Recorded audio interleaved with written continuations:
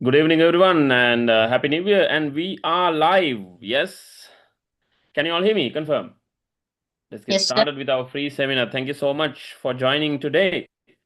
And this is the first day of grade 10 History English Medium 2027 O levels. So, once again, a warm welcome to you all. We have a lot of grade 10 students joining us this year, and also I have invited some grade 11 students from yesterday as well because they are free to join this class, right? So, thank you all so much, and it's time to get started, right? And good to see that a lot of brothers and sisters, I believe, from our previous batches, are here. And also, some students came through our Facebook campaign. Some students saw our YouTube channel, which has more than 3,500 subscribers. They saw our teaching and then they joined our class today. So, this class, the first day of our class, is totally free. All our classes, no matter when you are joining this class, the first day of the class is free. So we are starting a new year today. So it is time that we start. We have a huge start, like it's like a kick start with a huge bang, right? So it's the start that we are expecting. We all are expecting that, right? Okay. So Pude, this class I want to focus on grade 10, right? Okay. So grade 11s, I have invited you, but our focus is on grade 10s, right? So I have to tell you that before we get started. Okay, and grade 10 students, can I see your hands? And who are joining us, who are joining this class for the first time live? Can I see your hands? Grade 10s only, please. All right, nice. Okay, thank you all. Right. Okay. All right. So today's agenda, today is like a seminar, okay? But we will start unit number one, right? And some of you are going to international schools. I mean, most of our students are from international schools. And some of you have an academic calendar which is a little different from the regular school calendar. That is September to August, that calendar. And some of you have the January to December, the regular calendar. Okay. But our classes, Pute, we start in January every year and we target the real low level exams and we don't target the school exams or like the school calendar because different schools have different calendars. So we cannot cater to all the school calendars because they are different from each other. So we have to go with the big exam, okay, the O level exam. So all of our classes are scheduled, all of our classes are conducted based on the O level calendar. Okay, I just wanted to give you a quick reminder on that. So don't expect us to go along with your school calendar. Okay, I just wanted to tell you that before we get started. Okay. So, Pute, today's agenda is a pretty simple one. We will get to know the class, okay, and I will introduce a little about myself, and then we will move on to talking to a few students. Maybe, yeah, we will pick a few students and we will make the conversation engaging. All right, like I like to have a nice conversation with you all. You are just stepping to grade 10, so we will talk about it, and we will also talk about the O level exam that you are facing, the biggest exam that you will be facing in your life so far, right? There will be bigger exams in the future, but this will be the biggest one so far in your life, right? So let's talk about that. Let's talk about our targets in that. Let's set our targets because it is January still and we have 2 years to go and we can do many things in these 2 years. So let's have a proper target and work starting from January, not only in history but also in other subjects. So let's talk about that a little bit, and then we will show you how the class works. Okay, what are the benefits that you are going to get in this class, and what is the support that we are giving you in the class, and we will talk about that a little bit and then move on to our lesson, unit number 1, sources of studying history. Let's get started that with that in the second half. So the first half of the seminar is introducing the class and getting to know each other and knowing the plan, and the second half of the seminar will be getting started with unit number 1. So you go home with some knowledge today, right? That is the plan, right? Okay. So, Pute, introducing about myself, I can go on, to talk about myself for a very long time, but I will keep it very short. Okay. You know my name. My name is there on the screen as well. I'm Sharif. So, I like you calling me in that name, even though I have a little long name, but I will keep it like that. And I have been teaching history for more than 7 years now. I was an international school teacher for a few international schools in Colombo, and that is back in 2018, 19, 20, 21, 22. And I was a visiting lecturer for a few schools as well. Like, when they call me, I would go, right, for seminars, and like it's like consulting, it's like training the history teachers over there. Like that, I go on invitations. And in 2022, Pute, I decided, okay, I'm not going to work in schools anymore, and I'm going to have a different career, and also I'm going to do my classes online. So in 2021, Pute, with COVID and everything, all the all the education moved online. I also was at home mostly, teaching students online, teaching my school students online as well during lockdowns. So then I realized, okay, let's start a YouTube channel. Okay. So I started a YouTube channel actually, with minimum resources. I had a phone without even a camera, right? The camera they had, that was, with water damage. And then, but finally, with whatever I had at that time, I started the YouTube channel. Okay. So I used to help my students in the school with different subjects, including history. History was the subject that I was teaching at school mainly. And then Pute, I decided later that gradually I'm going to giving up teaching at schools, and I'm going to go full time. I'm going to go professional with online classes, because we started this class in 2021 with one student, and in the first year we had 30 students, okay, in the online class. In the second year it increased to 50, third year 70, 90, like this. And now we have 110 students in our class, in the O level batch. Okay, not this class, but the O level batch who will be writing their O levels next month. We have 110 plus students, right? And then in the grade 11 class we have 50 plus and more, like it is counting. Okay, it is increasing now, right? So that is the story of the class a little bit for you to understand, right? Okay. And the results, Pute, you know what are A passes, B passes. I believe all of you know what are these A passes and B passes and good passes in O levels mean. So A passes means more than 75 marks. B pass means 65 and 74, between those two marks, including those numbers. C pass is 50 to 64. It goes like that. And then we have produced very good results. Actually, I want to tell you that I don't take any credit for the results that we produce in this class. I only show the plan, and it is the students' hard work. Okay, I have to tell you that, I have to remind you that very clearly, that I am not bragging about our results all the time, but numbers matter. I'm sharing the results with you. Why? Because you will get a good idea about the performance of our students, okay, in the class. Meaning that we are doing some work here, we are doing some serious work here, and we are producing good results. So it is the students who worked very hard. I only showed the plan, I only taught them, but it is the students who learned and who studied very well and who did the exams and who got results.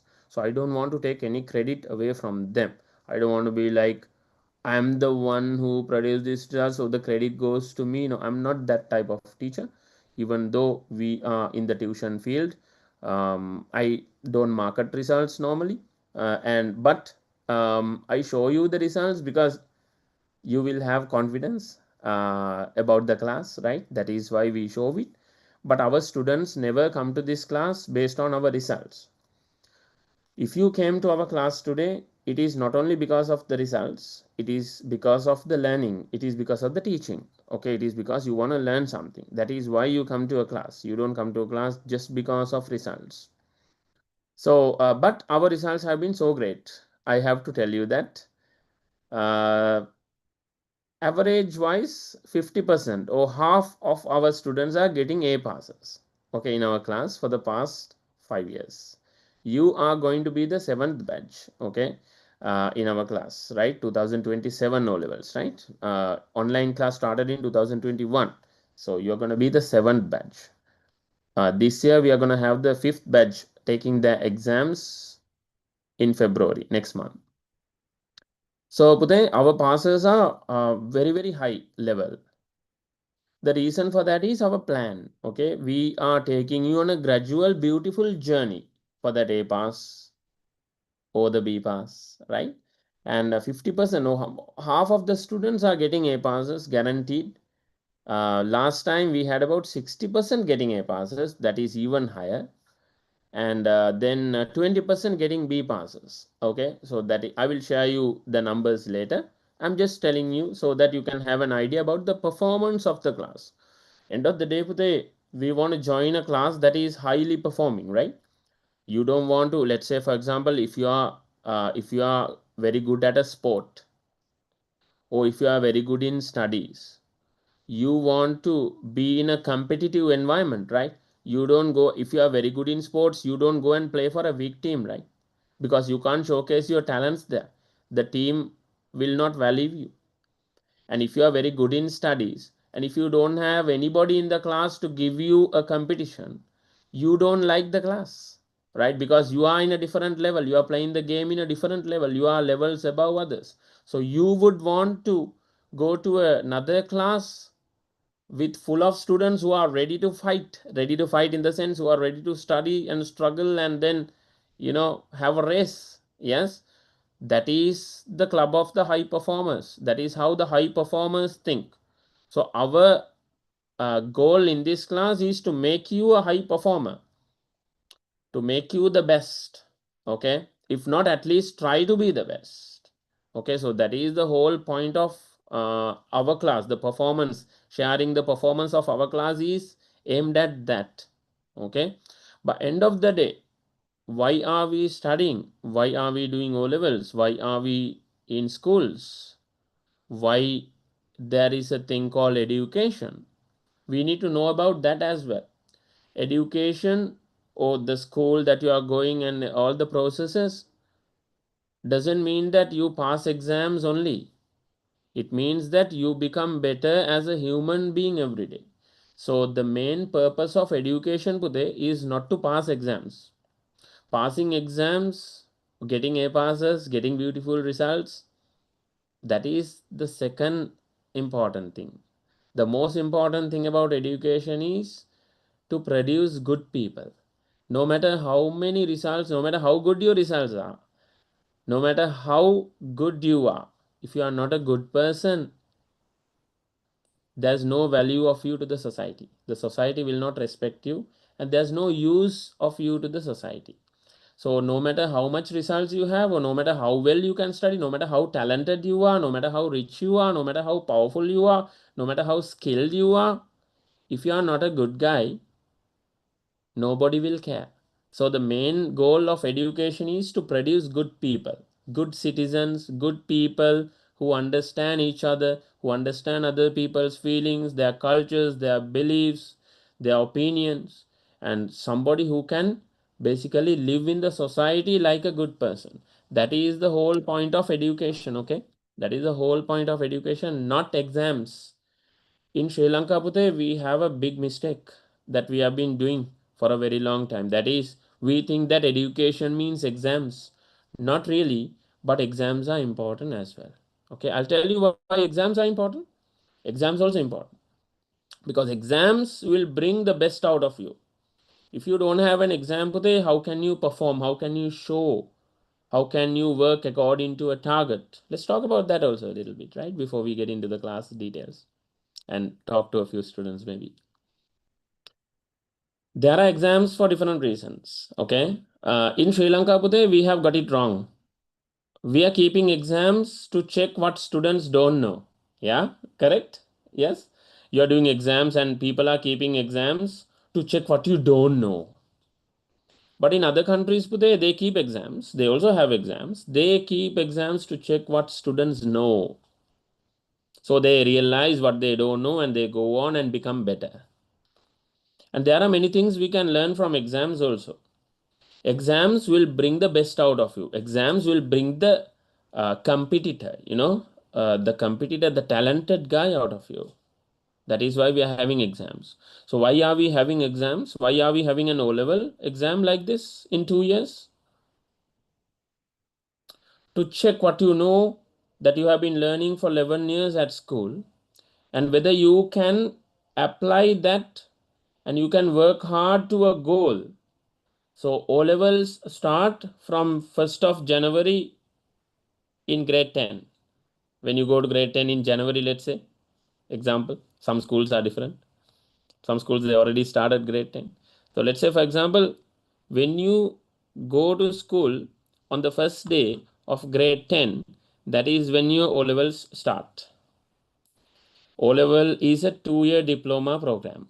Something like that, very similar, right? It's like a 2-year diploma. You have diplomas, right? Business management diploma, there's a engineering diploma, management diplomas, cooking, international cookery, culinary diploma. There are different diplomas out there, right? That you can study later on. O-levels is also something like that. It is a 2-year diploma, but then there will be an exam out of 9 subjects at the end of these 2 years. So we want, like, you need to know why we are having this O-level exam, right?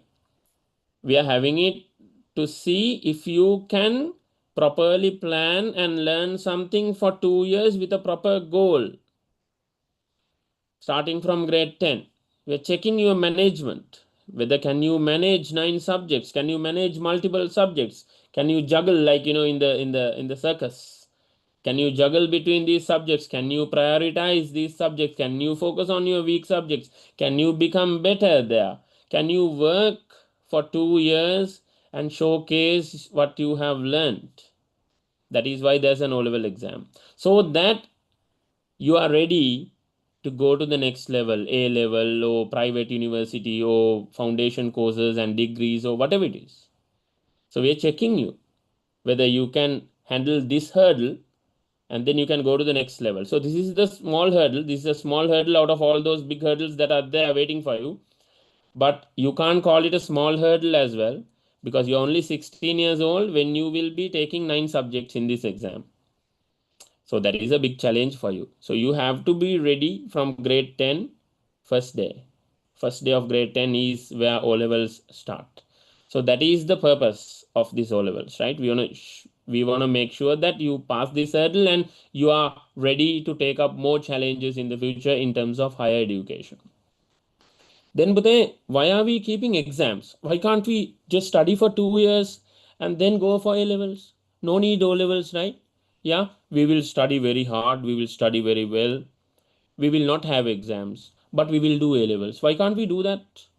Why are there still exams? Because exams will test your performance. Okay. How? Exams, there are many things that we can discuss about exams, but you need to know why we are doing exams.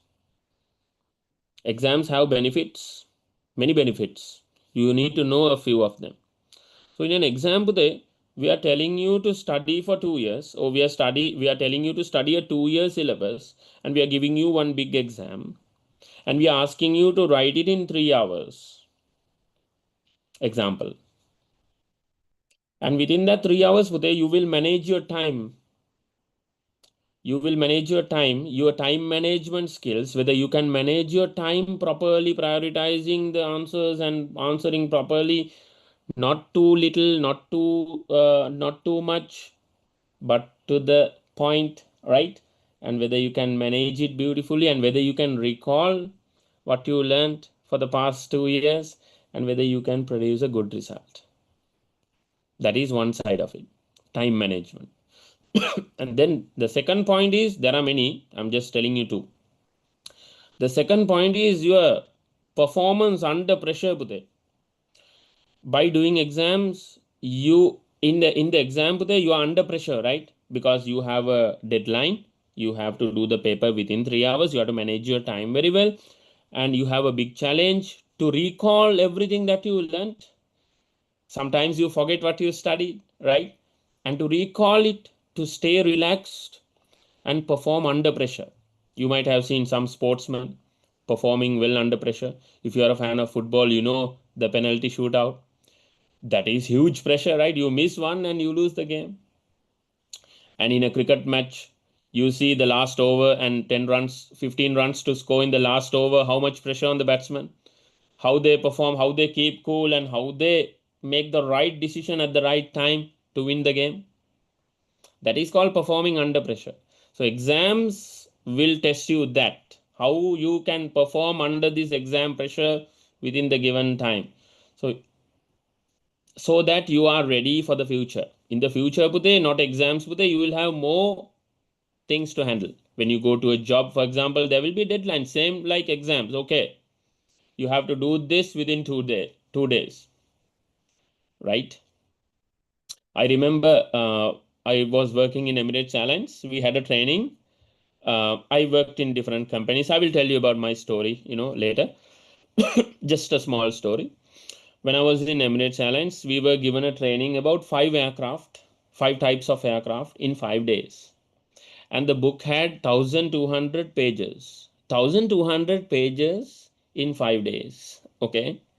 So how can you go to that level, Pute, if you don't know the O-level level? If you don't perform well in the O-level level, A-level level, then diploma level or degree level, then you can go to that level. Okay. You understand what I'm saying? So this is the foundation that we are laying through these exams and everything. We are training you for the future because the challenges in the future are very tough and you will be ready for those challenges if you perform and if you learn very well at this stage. That is why there's an O-level exam. When you are 16, we are loading you with 9 subjects and we are checking whether you can handle it. If you can handle it, you can learn, you can handle anything in life. That is the whole point. Okay, so let's have our O-level target set today. Before we discuss with a few students, right? Let's have our O-level target set. I want all my students to have a very good target for their O-levels. And I'm looking at a minimum of 7 A's target. Okay, I'm not saying everybody should have a target of 9 A's, but you can keep it. Okay, it's good to have a 9 A's target. But what I'm saying is, let's be practical also. Let's keep at least a target of 7 A's starting today. I'm gonna get 7 A's minimum in my O levels. I'm gonna get 9 A's in my O levels. I'm gonna get 8 A's in my O levels. That should be your goal starting today, and you are going to work gradually. You are not going to have backlogs. You are not going to carry excess baggage every week. You are going to finish everything that you learn and all your studies on a daily or weekly basis. Anything that you did daily, don't take it to the next day. Anything that you did over the week, complete it within the week and go fresh to the next week. You know what I mean? Like එදිනෙදා වැඩ එදිනෙදා කරනවා කියලා කියන්නේ මේකට. එදිනෙදා වැඩ එදිනෙදා කරන්න බැරි නම් maybe you are playing sports and doing different things, other things, and there are events that you have to attend and then family functions and stuff like that. එදිනෙදා වැඩ එදිනෙදා කරන්න බැරි. If you can't do the daily work on a daily basis, you can do it on a weekly basis. So gradually put this starting January, if you want to go to uh, that level, that target, you have to do some hard work. Okay, so starting now, I mean, not hard work, I would say, but consistent work, discipline work, right? You be disciplined, so you start working slowly. Okay, no tension, nothing, right? So that should be your O-level goal. All right, so I'm going to ask a few students what are their O-level goals. Do you have anything in mind? Anybody? Yes? Should I pick somebody? Or any volunteers? What's your O-level targets, Pute? Tell me. There are 9 subjects. Anybody want to share their O-level targets? Do you have any? Yes.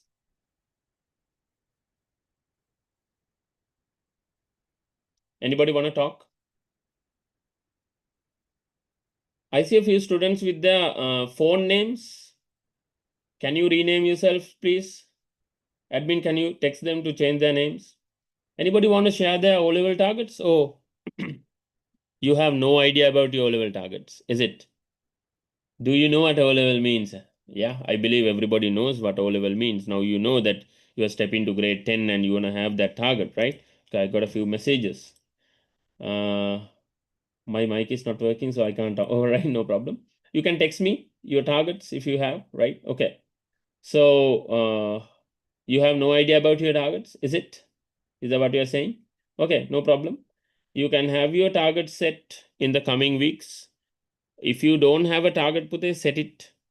And if you don't Nine set a is target today, you don't know where you are going, right? You don't know where you are going. You don't know your destination. Yes, Vanputa said something. 9As? Was it? Don't be scared to talk, okay, in the class. Yeah. Do I look like a monster? sir, my girl is 9A. Very good. All right. Okay, nice. Anyone else?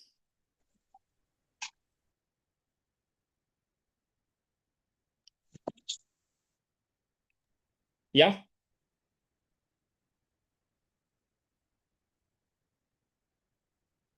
Somebody trying to talk? I believe everybody have good goals like that, right? 9As, 7As, 8As, things like that, right? Okay. And one more thing, I want you to have a goal. My personal preference, I like if you are going to a small school, small international school, I would like you to get 7As or more, 7As minimum. My personal opinion, okay? You can differ with me, no problem. But my personal opinion, I want my students to be in the best places. Personally, as a teacher, I'm very happy if my students reach the highest levels. Many of my students have reached the highest levels. Yes, they are now in very good schools. Most of the students, they completed their degree now. Almost some students in this online class. Some of the students who are studying A levels and all, they're in the best schools in the country. So my personal preference is that you get more than 7As, you get 7As or above.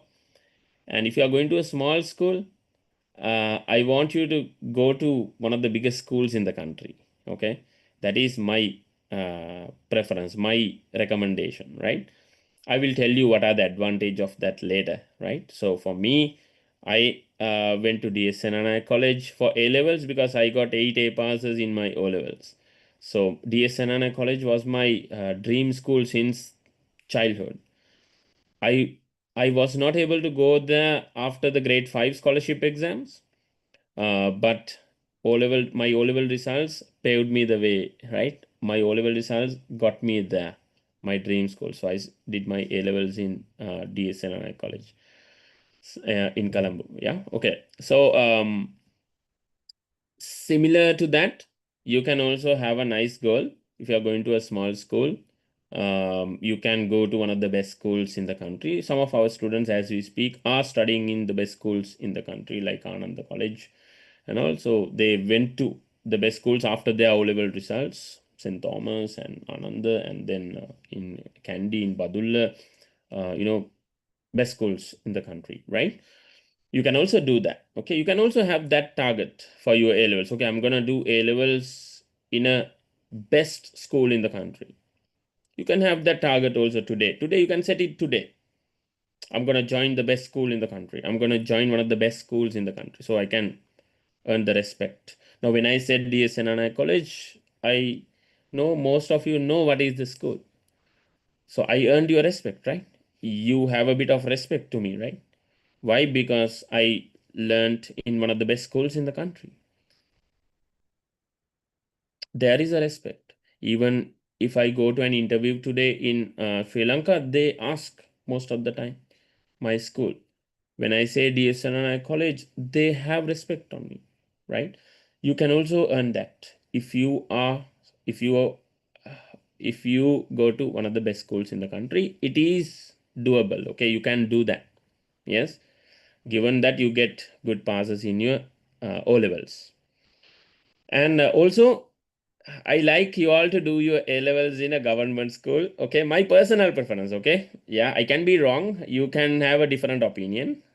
But I like if you are going to a small school, you do your A levels in a government school because it is free education, right? Yeah. So I am a product of free education in the country. I went to three schools and I didn't pay a single penny, single rupee for my education. I went to classes, I went to tuition classes, but that is different. But for school education, I never spent anything. I only had to pay that, painting charges there, like the facilities, fee. That's all we had to pay every year. But nobody charged us anything for education. So that is what we call the free education. So I want all of you, if you are not going to a government school, I want all of you to get a taste of it. And that will help your parents as well, like taking a little burden off the shoulders of your parents as well. So as 15-year-olds this year, you can think about it as well, right? Okay, let's discuss about that later. Okay, slowly. Yeah, no hurry.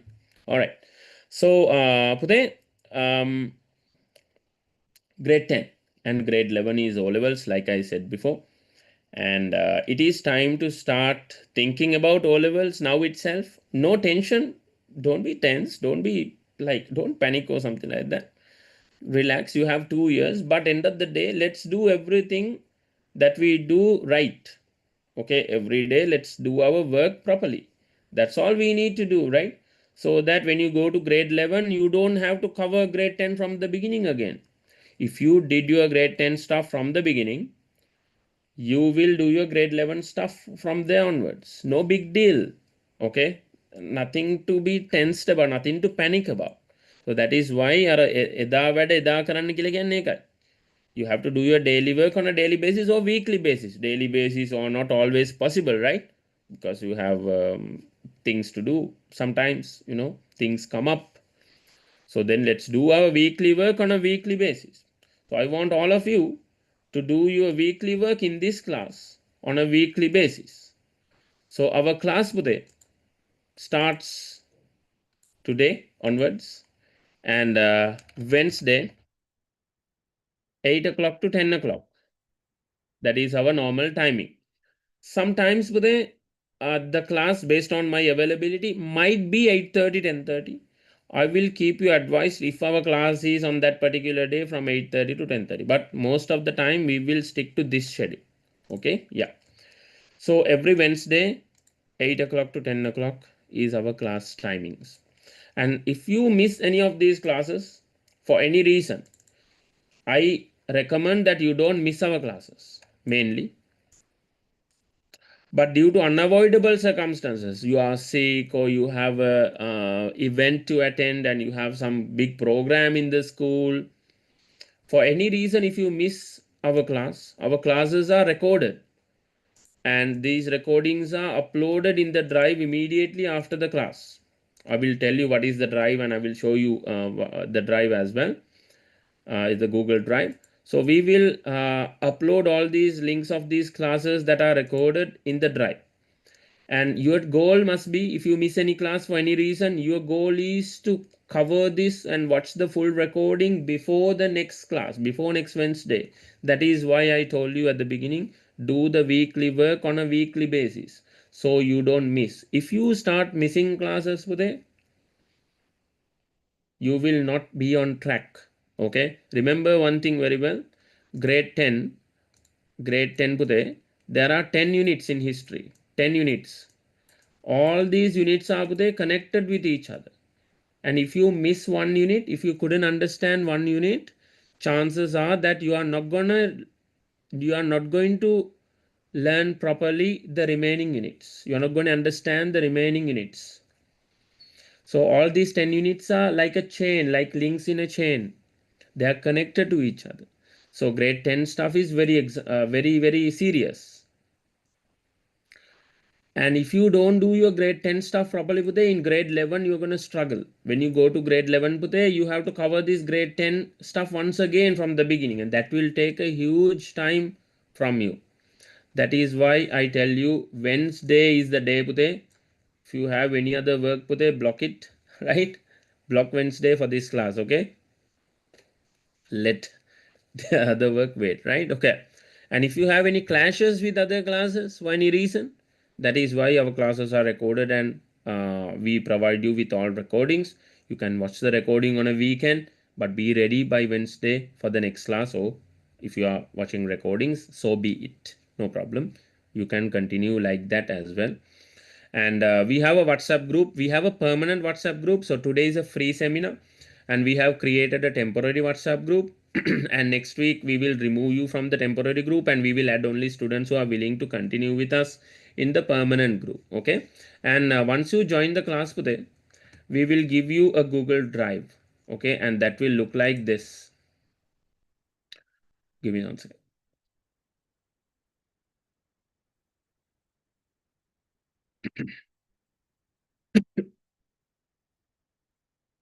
So once you join our class, you will get a Google Drive. Everybody will get access through their email addresses to a drive like this. Okay. And in this drive, you can see everything that you need for this class to get an A pass for history in this class, right? The class of kings. Okay. Then you see this, you have the Zoom link. The class link will be put here every week. And then you have the class recordings. All the previous class recordings can be viewed through this. And then you have the tutes, all the tutes, the PDF versions of all the tutes that we discuss will be put here. Then map marking, I will come to that later. I will come to the importance of map marking and why we are learning maps and everything, how to mark maps and everything later. So map marking, printable maps, then recordings, everything will go here. And then the past papers, very important to do past papers when we are doing O levels. It is important that we analyze and we learn how to do past papers. And after each lesson today, we will be doing past papers, some past papers from random years. After each lesson, we will check your knowledge, okay, through past papers, and you will feel very confident when you can answer those past paper questions. So these past papers are real O-level papers from the previous years, and we will be putting all of them here, and we will be doing past papers at the end of each lesson, okay, to make sure that you are on track and you are very confident and you can write answers according to timings. We will give you that training. Okay, so that's about the Google Drive, and I believe that is pretty much clear. And if you have any questions about the timing of the class or the Google Drive, please let me know. Next I will talk about the procedures in the class. Yeah, anybody have any questions, Budhe? Don't be scared to talk, unmute and talk. Okay, and one thing I want to tell you very clearly, Budhe, this class is built on trust. You trust me and I trust you. For the past 5 years, we cannot survive, right, if there's no trust. And we have taught hundreds of students online in this class. Yeah. So all of them are very good friends with me today. Even the first batch, the first students of this class still talks to me, right? We have very good relationships with all the students and their parents also. That is the beauty of this class. And because of the trust, let's not break it. Okay, I will not break your trust. When I promise something, I will deliver that. And you don't break my trust also. Don't share our links with random strangers and your friends and all.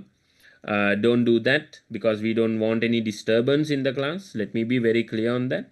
And you can see, Pute, you can see one thing very special about this class. You might have gone to other online classes, but we never muted you, right? We never muted you here. You can always unmute and talk. So I hope and I trust that you will not disturb the class. That is why I haven't muted you. And anytime you want to ask a question, you can unmute and talk. That is why I don't juggle between muting and unmuting. Okay. So our classes are very, very disciplined. Okay. So I expect high standards from you. I follow high standards in my life in teaching. In this class, we always follow the higher standards. That is why we have named this class, the motto of this class is Class of Kings, because the kings are not me, the kings are you, right? We are making you like kings. We are making you think like kings. That is the whole motto and the goal of this class, to build leaders who have the discipline, professionalism, uh, you know, and the talents become the best out of the best, right? So that is why that is our goal, building you as future leaders. History is the best subject to do that, to build future leaders. I will tell you how and why history is the best subject for that. We will gradually learn. Okay, we didn't start learning it. We are just, getting to know about the class. Okay, right. So, Uday, like I said, don't share links with strangers and don't disturb the class. If you want to talk, you are free to talk anytime. You are free to ask any question. You can text me also. And yeah, so that is how it's gonna be. That is the general procedure in the class. Okay. And also, Uday, I don't talk about fees in public, right? And let it be very private. If you have any issues related to fees or anything like that, your parents will talk to me. Okay, yeah, right. I don't discuss fees related issues with students. Okay, so if you have any issues related to payments or fees or anything, please ask your parents to talk to me. I am reachable anytime. One thing is very important, that is your parents can call or text me anytime in the day. Okay, no problem at all. They can drop me a text on WhatsApp or they can call me, like before 10 o'clock, 11 o'clock, any day, anytime, no problem, right? Don't call me 12 o'clock, 1 o'clock, 2 o'clock. But yeah, WhatsApp call, right? When I'm online, you can call me anytime, right? And you can text me. You can also call me if you have any issues, anything you want to discuss with me. I'm available. For parents, I'm available anytime. Okay, any issues they have, anything, I'm available. For you also, I'm available, of course. Yeah, I know, but yeah, you will not disturb me much. But I want you to disturb me also, asking doubts and stuff like that. So I'm very keen. Okay, I like to help people. So if you have any doubts about history, if you want to know about how to study something or something like that, talk to me. Okay, send me a message, right? We can discuss. Okay, right. If you are getting that 20 marks, 30 marks, I will take you to that 70 marks. Okay, 80 marks within 4 5 months. We can do that, right? Okay. So that is the plan. And within 3 months, in the next exam, you will score well, right? Don't worry. If you were scoring 40 marks, it will be 60 in the next exam. You will know how, right? Yeah. But come to our classes every day and do the work properly. Okay, so that is what I wanted to tell you about the class. And then that is the procedures of the class, and the remaining stuff we will discuss in the coming weeks, coming months. We have so many things to discuss, right? We cannot finish everything in one day. But about the support that we give today, I'll tell you a couple of more things. That is, we will have two groups. Okay, one will be the regular group where regular communication will be there in that group, the main group, main WhatsApp group. And there will be one additional group called the work uploading group. This is very special, okay? Yeah. So, Pute, one of the key features of our class is that we check your work, Pute. Right? We check your work. So, most of the time we give you small homeworks. And we are not forcing you to do it. If you do it, it is for you, right? We are not forcing you, like, we don't, you are not like Montessori kids now, right? So we are a hand them pond bag. We don't spoon feed you. We don't bother you. We don't trouble you. Did you do this? Did you do that? But it is you who have the targets now. It is you that who are growing up. You have to be serious about your O-level goals. You have to be motivated. And if you want to do some questions, if you want to do the homework, do it and send it in the work uploading group. And those students who are working like that and getting their work checked are definitely getting A passes. Okay, that I have to tell you, right? Those students who are doing the homework and getting their work checked regularly, they can improve, right? Because that is why there's a group called work uploading group. So in this group, you will share with us the answers that you are writing to questions. Especially we have long answers called essay type answers. Those things you will share and I will be commenting on those, and we have seniors also to help you with that. Seniors means those who already got A passes. in the previous years, we have a group of, we have a team working, okay? Not only me, we have an admin working with us for your admin related things. And for academic support, we have a team. We have a volunteer team of like 6 to 8 volunteers, around 10 volunteers, more volunteers will join this year. So we have, those people to support you, right? To check your work. And me, myself, I will personally check most of your work in grade 10. So in when you go to grade 11, the class will also grow. So sometimes I have to distribute the work a little bit to my, students who got A passes already, and we have separate training programs for them. So I train them like, to be in my level to check these answers and give you marks and stuff like that. So when you know, Pute, see, Pute, we give you work, you will do that and put in the work uploading group. We will check and comment, and then you know where you are, and then you will only improve from there. You know your mistakes, you will fix those, and you will become better day by day. That is why there are two groups. So there is the work uploading group and the main group. You will share your marked maps and everything for us to check. And these things will be done here. And that is the support that we give you in this class. Okay, we check all of your work. Even though there are 100 plus students in the class, let's say this class grew to 100 plus in the coming months, we will still give you that support. Okay, yeah, I will still check your work. Okay, and if somebody is not to the standards, we will call you. Okay, I will call you. We will have a chat, 15-20 minutes chat, and I will fix your issues. Okay, we will have personal coaching like that. End of the day, my goal is clear. I want you to be the best. I will do anything I can to help you become the best. Okay, that is our goal, right? We will help you in any way that we can. Okay, right. So having said that, any questions about the class or anything you want to know, please let me know. And we will have a short break, 5 minutes break, and we will start a new stream that is gonna be the first lesson of grade 10, sources of studying history. That is the start. That is the best start. We are gonna learn how to study history. We're gonna learn what is history, and we're gonna learn how to study that. First of all, before you study something, you should know how to study something. This is the lesson that will teach you how to study that. We will teach you something extra here. Don't worry. Okay.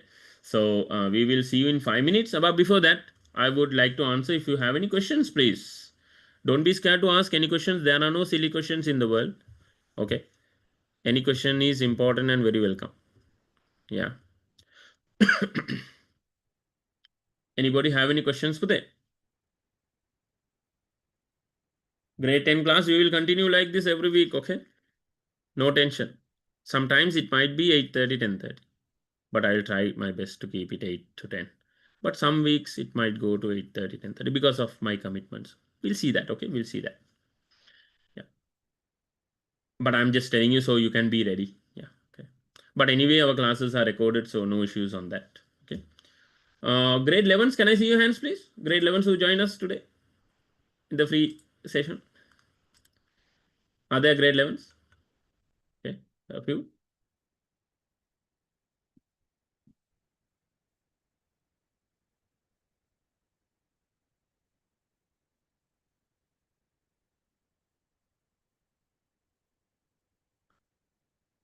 Okay, grade 11s. I know you might have questions, but let's discuss about those personally and in the grade 11 class. We have a few. Okay, yeah. And I told you that our class we follow high standards, so nobody will disturb anyone. Right? Discipline will be when it comes to discipline and conduct. Pute, I'm old school. Okay, yeah, I'm old school. I studied in government schools, and DSNNI College is one of the best schools in the country in terms of discipline as well. So I learned so much from my school journey, and I have worked in different countries. Right now, as we speak, I'm in the Maldives, but I'm coming back to Sri Lanka next month. And I like high standards today. And we will maintain that. Okay. Yeah. So nobody will disturb anyone, unnecessary messages and stuff like that. No.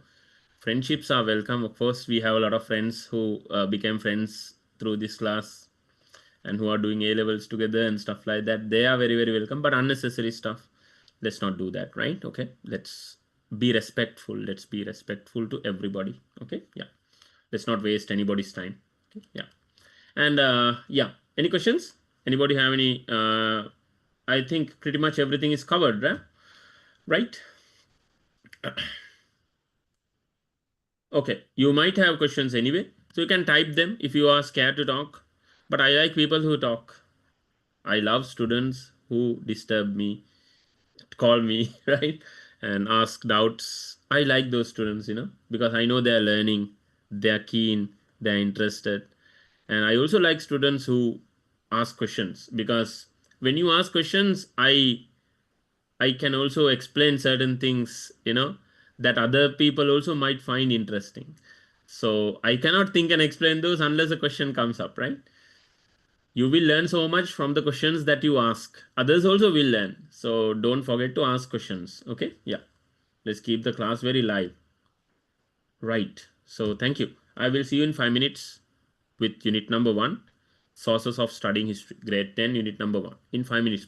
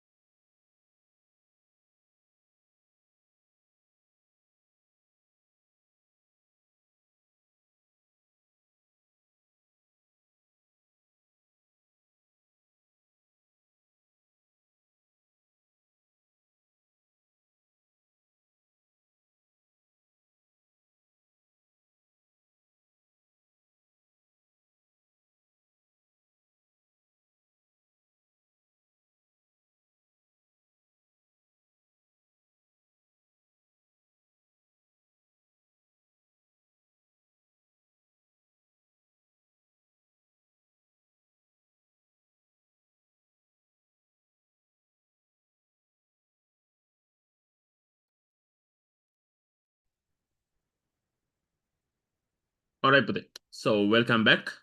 And let's get started with unit number 1, grade 10. Okay.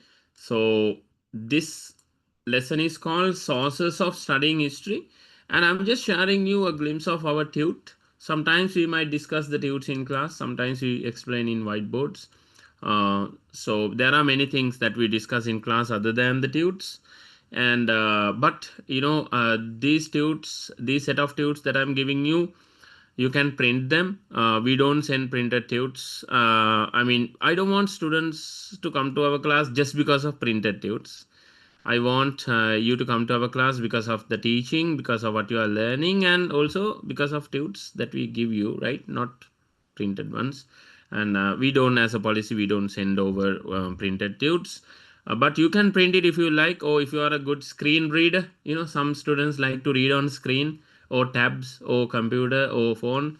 You can do that, or you can print them, right? These tutes are not very long, like 10 pages, 12 pages, like this, okay, per lesson, right? Mostly, okay. And if it is a big lesson, maybe 15, 16 pages, or papers, right? Or like pages. So papers will be 8 to 10 papers mostly, right? Okay. These tutes are not very long, okay, not like your textbook, right? These are very, very simple tutes, and very easy to understand. And when you have come to the classes, it will be very easy for you to read these tutes and understand them. I'm not telling this, our students are telling this, okay, from the previous years who got A passes. They are the ones who are telling this, and they will come to our class from time to time to talk about their experiences, okay, how they studied tutes and stuff like that, okay, right? This is not my thing, okay. I just made the tutes, and that made the difference, okay, right?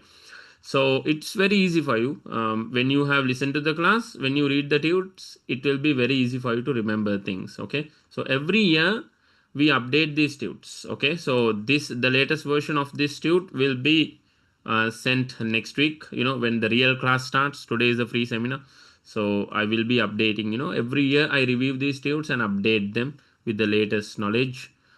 Some things I remove, some things I add, based on that you will get an updated version of this tute, right? So you can have a small idea, right, about how a tute looks like. That is what I wanted to show you. We'll come to this tute a little bit later on, okay, right? But before that, we are here to learn history, right? So anybody know what is history? What is the definition of history? Why are we learning it? And anybody know what is history literally? Can you tell me what you think that history is? What is history? Some people think that history is a few stories of old kings, some old stories. Is that what you think history is? Or do you have a different opinion? Can I see some hands, or can I hear somebody talk? Anybody have their opinion? What is history, Pute, in your opinion? That there's no right or wrong answer, okay? You can tell me what you Life of think. our ancestors. Life of our ancestors. Okay. How they lived. Is it? Is that what we are learning in history? Yes. Yeah. Good answer. Nice. Good start. Yeah. Anybody? History is something that we learn to avoid future mistakes. Interesting. Very nice. Okay. Something that we try to, something that we learn in order to avoid mistakes from repeating. Is that what you meant to say? Okay, we have done mistakes Yes, in the sir. past and we are learning from it. We are learning those mistakes that we did in the past and we are trying not to repeat those in the future. That process, okay, we do that in history. Okay, good, nice, good ideas are popping out now. Let's see more ideas. What is history? What do you think history is?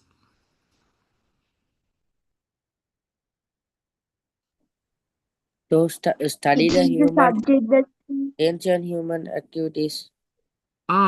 Study about the ancient human activities. Okay, yeah, Studying about our past rulers.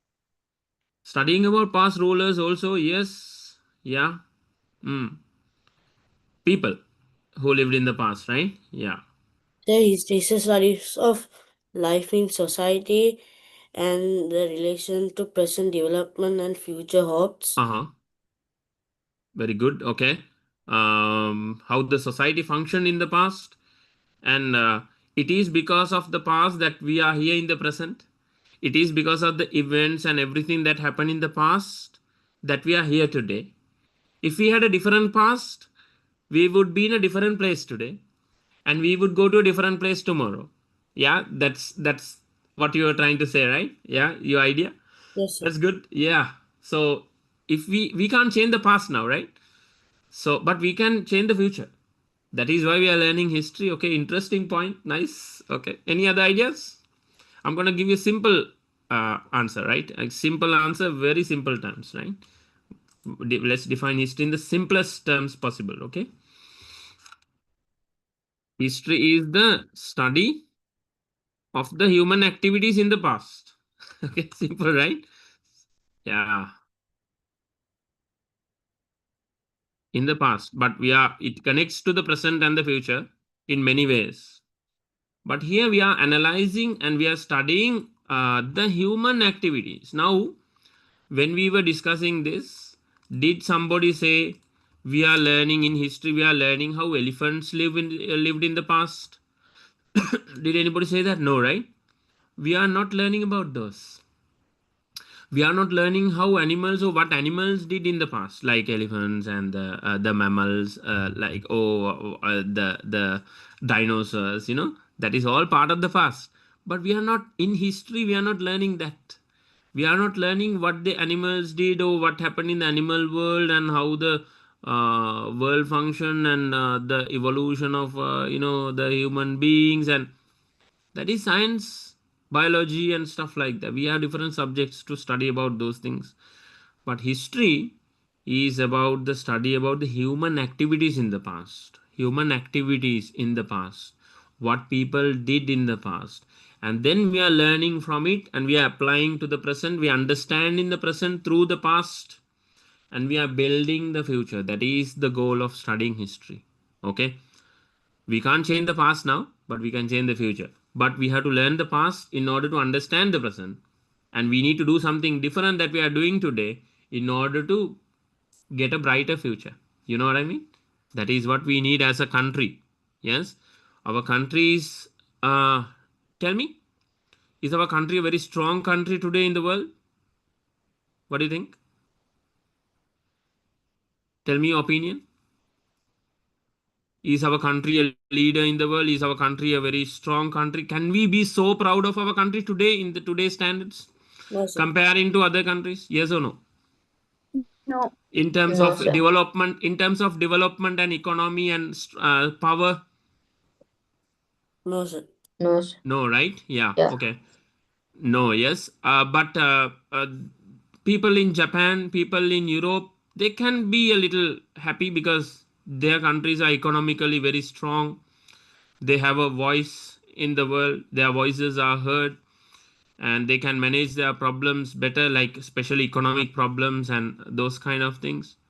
And we are in a bit of a difficult situation right now. We need to understand that, right? As a country, we are a little weak, right? But we were not in the past. We will learn about it. We were not weak in the past. So the whole point of learning history for 2 years for you should be to learn from the past mistakes, and also to relive the good times that we had, the golden times that we had in the past. We will learn so many good things and the great things we achieved in the past, and we will try to revive those moments in the future. So it is Sri Lanka that is considered a bit weak country today. Does that mean that we can be weaker tomorrow? No, tomorrow we might be stronger. We can be stronger. Singapore is 1/100th of the size of Sri Lanka. Dubai as a state is smaller than Sri Lanka. Belgium in Europe is 1/3 of Sri Lanka. They are very small countries than Sri Lanka, but they are very powerful countries. Qatar, Dubai, then Singapore, Korea also, not so big, right? It's not about the size of the country.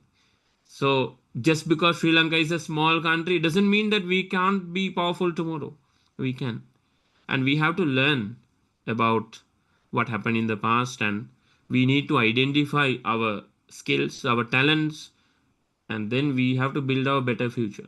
So today, what am I doing as a teacher is laying that foundation to the next generation. You are the next generation. You will lay that foundation to the next generation coming after you. So my goal is to build hundreds of students like you who can think differently, who can make Sri Lanka better, and you will coach hundreds of students later. You will meet hundreds of people, right? So that will multiply like that. Okay, so that is the goal of mine. Getting into teaching history is that goal, okay, mainly. This is my passion, okay. I love history so much. That is why I teach history, okay. Yeah, because I like the subject mainly, not because I cannot teach other subjects. I can, and I'm qualified in other subjects, but I enjoy this the most, and I know the importance of this. That is why we are learning this, okay. So many things to discuss. All right, so history, in my opinion, Pune, history you were learning from grade 6, grade 6, 7, 8, 9.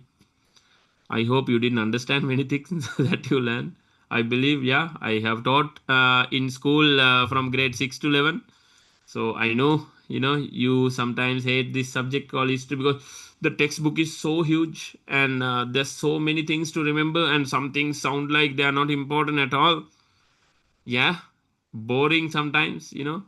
Let's be honest, okay? But here, if you take history in simple words, it's very simple, Pute. It is only four things, in my opinion. Most of the time, we will be focused on four things only when we are learning history. Most of the time, okay? There will be on and off here and there stuff, but mainly there will be four things: people, places, events, buildings.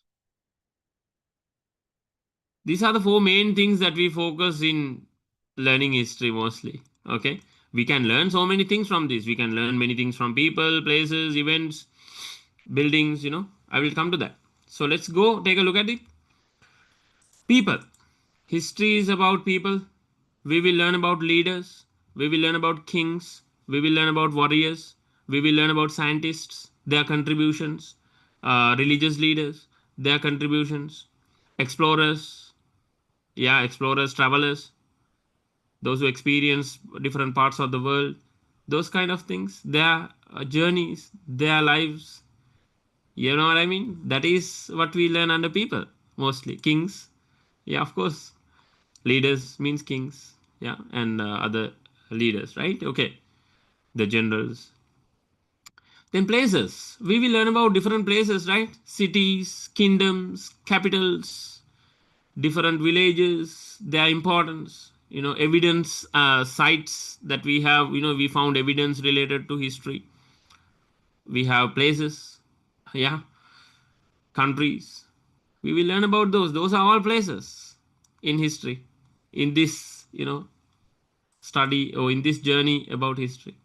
And then we will talk about events like what, Pute? Agreements that took place, arrivals of different nations to different countries, wars or fights or conflicts that happen between countries or within the same country or within groups of the same country.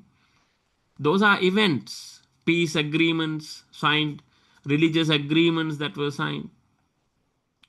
Those things we will learn under events, okay? And then buildings. We will talk about constructions. We will talk about huge constructions like tanks, canals. Tanks are wow, yeah, like huge water bodies that can store water. They are called tanks. Okay, Vaukil again, singly. We'll talk about those kind of constructions or buildings like temples, like dams, palaces, different types of buildings like that, hospitals. We'll talk about those things, and we can learn so much from those. What is the technology used in those buildings? What is the architectural style, and what we can learn from that? Why there are certain buildings which are like 2000 years old still standing? What is the technology used in them, and how can we apply that to the today's life? today's world? What can we learn? What we have achieved in the past in terms of building? Okay. These things we will learn under this. Okay, let me tell you one simple example. Okay. King Mahasen built a huge stupa. You know what is a stupa? A dagaba.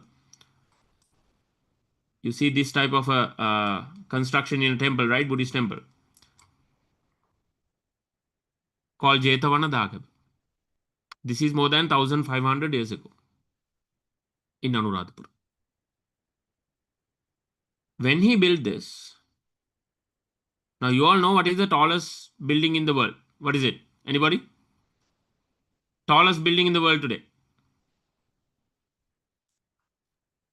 The Burj Khalifa. Burj Khalifa in Dubai, is it? Yeah, exactly. You all know that. But you all don't know this building.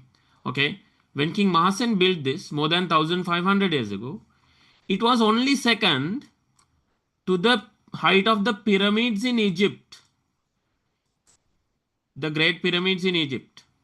There were two pyramids, the Pyramid of Giza and then one more. But this was only second to that, meaning that, okay, let's take the two pyramids as the highest buildings.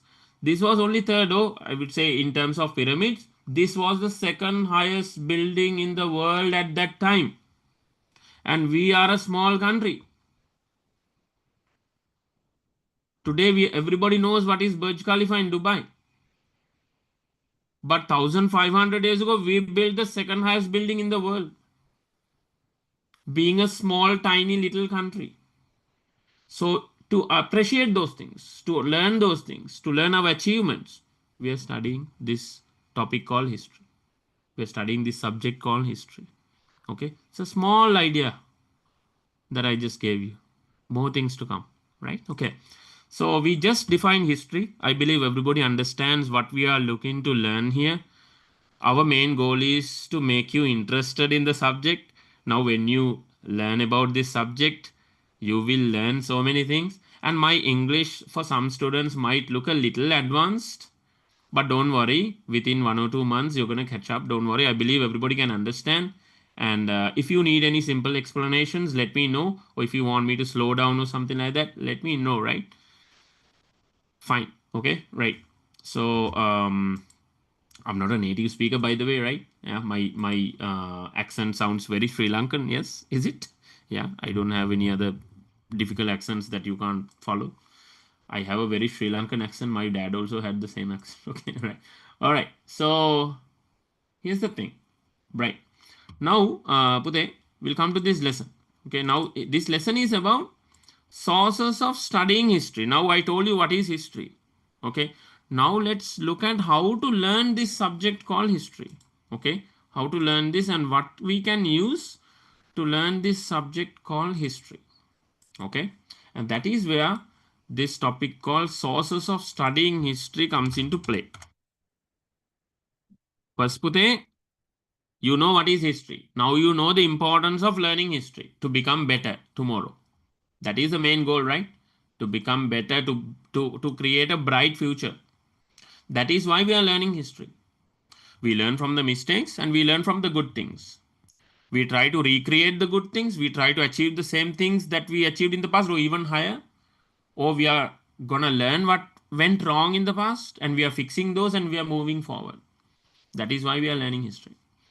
And sources of studying history means what we can use, what are the tools that we have what are the tools that we have at our hand in order to study history better or properly. That is what we call sources of studying history. Anybody know what is a source? Source? What is a source? Have you heard about energy sources in your science lesson? Anybody? Yes? Yes, sir. What is an energy source? Okay, the sun. Is it an energy source? As you learned in grade 8 or 9 maybe? Science? Yes.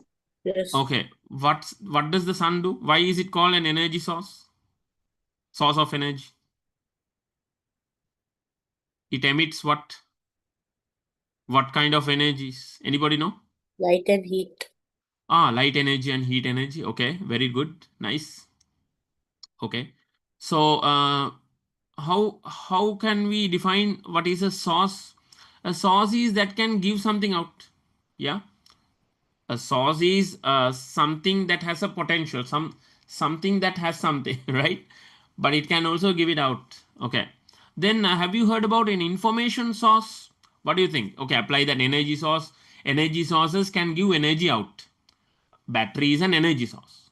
Okay, a battery, electrical energy stored in the battery, and you can connect it to a circuit and the circuit would be powered, or a light would lit up. Why? Because the battery can emit electrical energy, meaning that the battery is an energy source. You can call it that way. Sun is an energy source. And what is a source then? A source is something can give out something, okay, in simple words, right? An information source. Anybody? Yeah, a newspaper. What kind of a source is that? It's an information source. You can read it and get some information about what's going on in the country.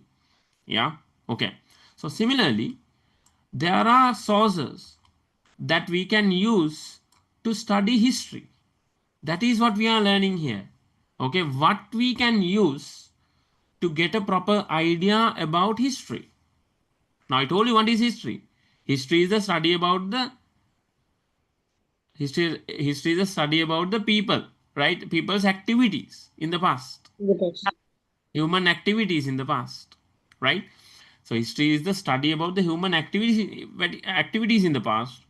And in order to study the human activities in the past, what can we use and how to use them properly, and how to identify what is good and what is bad, what can give you correct information and what can give you wrong information.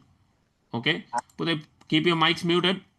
Keep your mics muted. Admin will remove you if you keep disturbing the class. Yeah, okay. Discipline, very important, like I said. Okay. Admin, please check any hot mics, remove them from the class. Yeah, okay. Warn them. If you're not talking, don't unmute the mic. Okay. When you're answering questions, you can. Yeah, no problem. Anytime. I don't want to keep you all muted. Okay. Yeah, right. So, what I told you was what sources we can use to study history. Whether they are right sources or wrong sources, whether they are good or bad, we will learn everything here. Okay, this is about how to learn history. That is where we are going to get started. So the first lesson of grade 10 is about how do we learn to study history, or what sources we can use to study history properly. And then we will come to know what kind of sources that are available for us to build our history or learn about our history. Okay, right. Now, Pute, here we are mainly focused on Sri Lanka's history. Okay, we will also focus on world history, on certain parts of the world history later, but mostly in our syllabus, Pute, we will be talking about what happened in Sri Lanka. Mostly. Okay, so you have 18 lessons for your O levels altogether, 10 lessons in grade 10, 8 lessons in grade 11. And 14 lessons out of these 18 lessons are from Sri Lankan history, and there are 4 lessons which are talking about what happened in the world as well, right? Okay, so we'll come to that later. So Bude, the sources are something that can give out something. Okay, now here we are talking about sources that can help us learn about history, that can give us information about history. That is what we call sources of studying history. So these sources, Bude,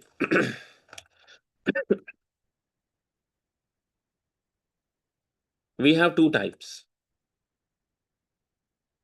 Okay. The first type is called literary sources.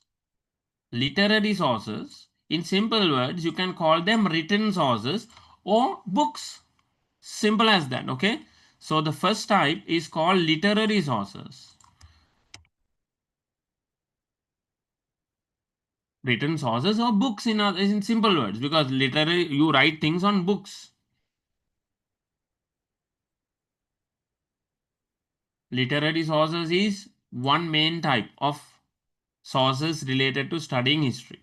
We can read books and we can know about our past, how people lived and what are the activities that people did in the past. We can learn, right? There are many books that we can use to learn history from. Okay, we will come to that. Wait, but before that, let me tell you the 2 main types of sources of studying history. The first one I told you, literary sources. The second one is archaeological sources. Okay, let me tell you the difference between these two before we further break it down into other parts.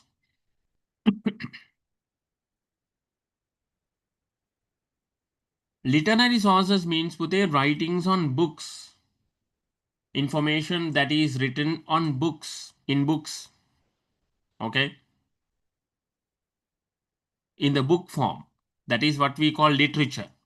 Literature means something that is written on books or collection of accounts and stuff like that. They can be books or they can be collections of different like papers. Yeah, some collections of papers, they are not called books, they are accounts, right, like this. Then archaeological sources means Pute, things that can be used mainly that can give us information about the past. Now literary sources, it's about the books. Simple as that. Nothing else other than books will fall here. So any book that can give us information related to history is under this literary sources.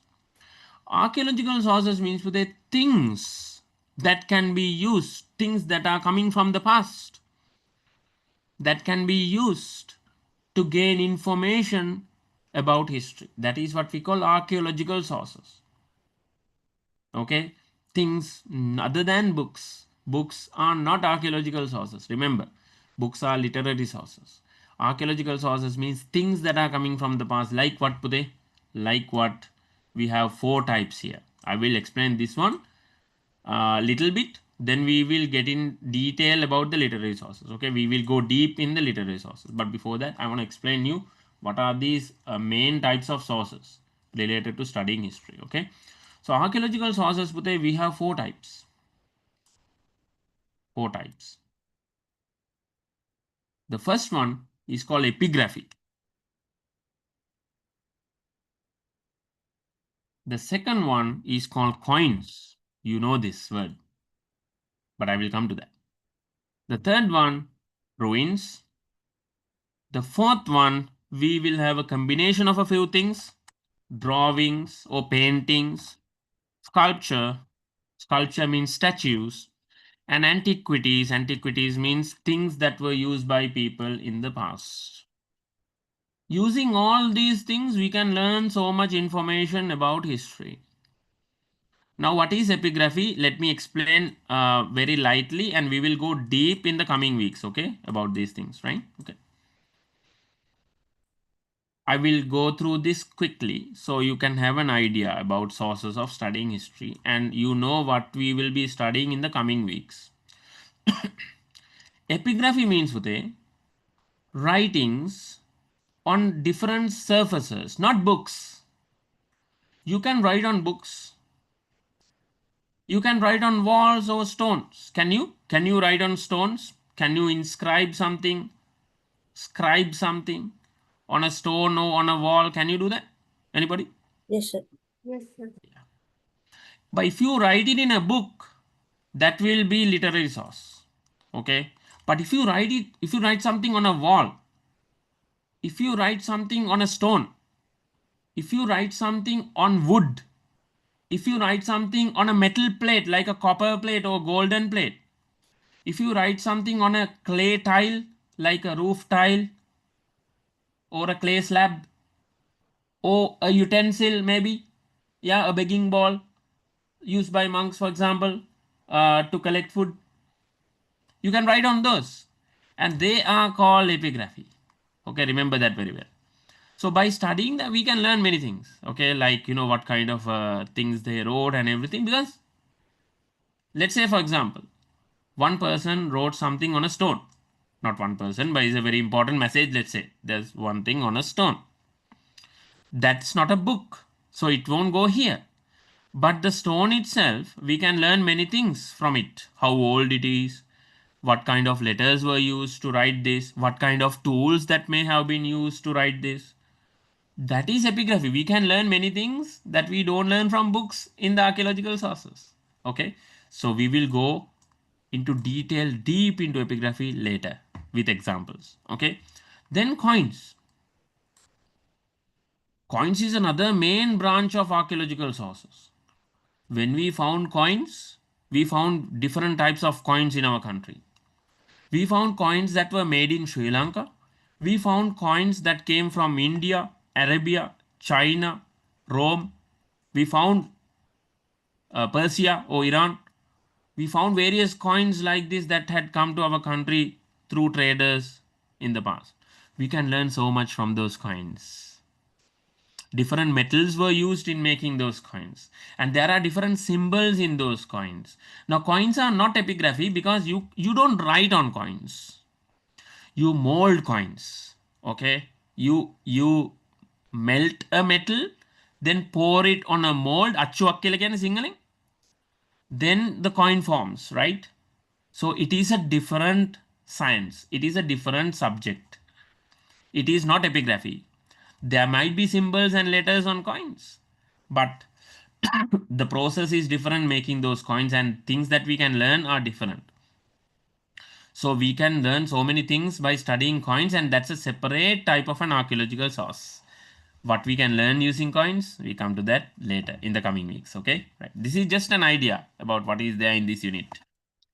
Then ruins. Ruins means the remaining parts of various buildings and constructions from the past.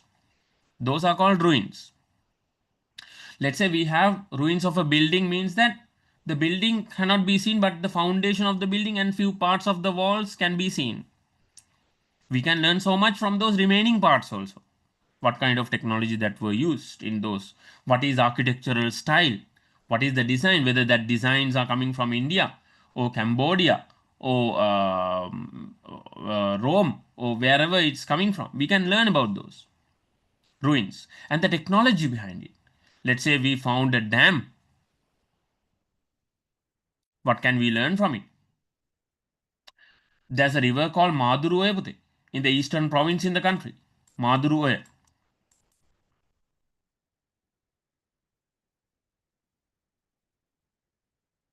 It's a long river. They wanted to build a reservoir. The Sri Lankan government wanted to build a reservoir by blocking this river.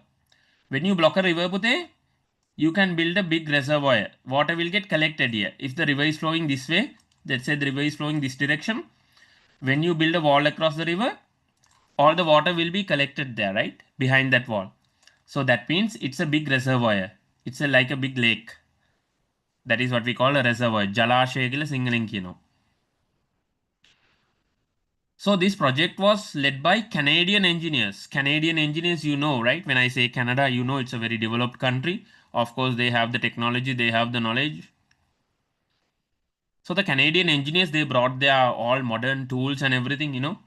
They have their modern technology, they have their modern methods and tools and everything. And they did their calculations, okay, the mathematical, the engineering calculations. And they decided this is the best place to build the wall. They decided this is the best place. We are going to build the wall here. We're going to build the dam here. That is what we call a dam, right? When you build a wall across a river, that is called a dam. They started digging this place to build the dam. You have to dig it, right? To put the foundation for the dam. They found an old dam there in the very same place that was built more than 1,000 years ago. Old dam there, same place. Canadian engineers decided that this is the best place to build the dam. When they were digging, they found an old dam there. What is the meaning of it? We had the technology even 1,000 years ago that the Canadian engineers had. Today, with modern tools, we knew where to build dams. We had the technology 1,000 years ago, more than 1,000 years ago. That's a ruin. That's a remaining part of the old dam that was there. We can learn about the technology by studying those ruins from the past. So then what did the Canadian engineers do? They didn't harm the dam. They built the dam in another place. Okay, yeah. Because you can't destroy, archaeological sources like that. They are very, very important for us to understand and appreciate our past. We don't destroy it, okay? They didn't build the dam there. They found an alternate place to build the dam. And if you go there today, you can see the old dam, right? Yeah. All right. Simple examples, a few examples to appreciate our past. And then we come to drawing, sculpture, antiquities. So under this, we will learn about paintings, what we can learn from those paintings, mixing of colors and how the color technology worked, and how to decipher or how to interpret those paintings. What is the meaning of those paintings? Some paintings have different meanings than they seem to be, right? Like there's a message, hidden messages from those paintings. We can learn so many things from drawings. And sculpture, the statues, the huge statues that we have built in the past, the technology that was used, and the skill of the craftsmen who had in building those statues. For example, Aukana statue, Samadhi statue, the Buddha statues in Galvihare. No, Aukana statue, for example, Aukana statue is so special that during the dusk you can even see the muscles of that statue, the definition of the muscles of that statue as well. It's so detailed. The technology is amazing, and the skill is amazing of those people who built those statues or sculpted those statues. We can learn so much from those statues, the technology, the skill, and everything. We can appreciate it.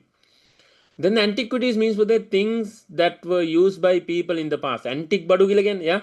On antique bandak again. Have you seen that? Somebody telling?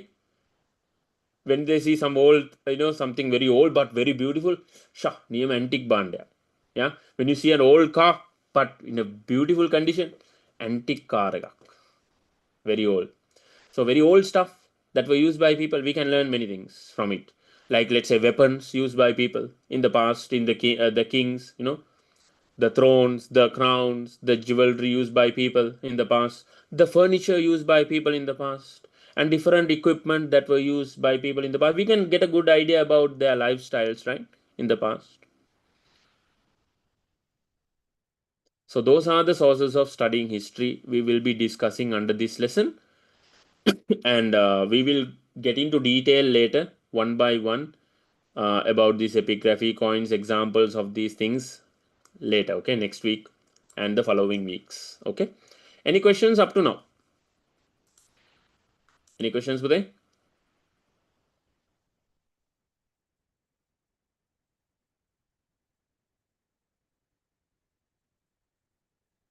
Are you teaching this again in the real class? This is the real class, Uday.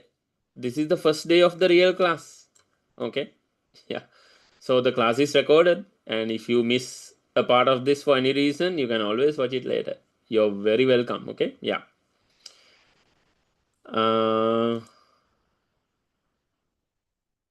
Any other questions? Anybody? No? Right. So now let's start literary sources. Okay, yeah. So this is a beautiful part that we are going to discuss in detail now. Literary sources. Okay. Now let's forget about the archaeological sources for now. Let's get into literary sources. Now put them books. Literary sources means books, right? That has information about history. Books that contain information about history are called literary sources. Literary sources can be divided into two main categories. The first one is local literary sources. Local literary sources. I'm not going to write the full form. You can do it. The other one is, anybody? What is local? Okay. Foreign. Yeah. So local we are doing it here. We are doing it in the same country. Now, if somebody asks you, if a foreigner comes here, like he say, I'm from Canada, where are you from? Now, you met him in Sri Lanka. And if he asks you, okay, I'm a foreigner here, I'm a tourist here, where are you from? I'm a local. You're going to say, I'm a local. Some people say that local and original, some people say that if something is of a low standard, you call it local bandak, an original. No, that is wrong. Okay, local means, okay, domestically produced, or like, produced in the country. But here, local means Pute, done in the same country. Something that is done in the same country. Or local person means the person from the same country.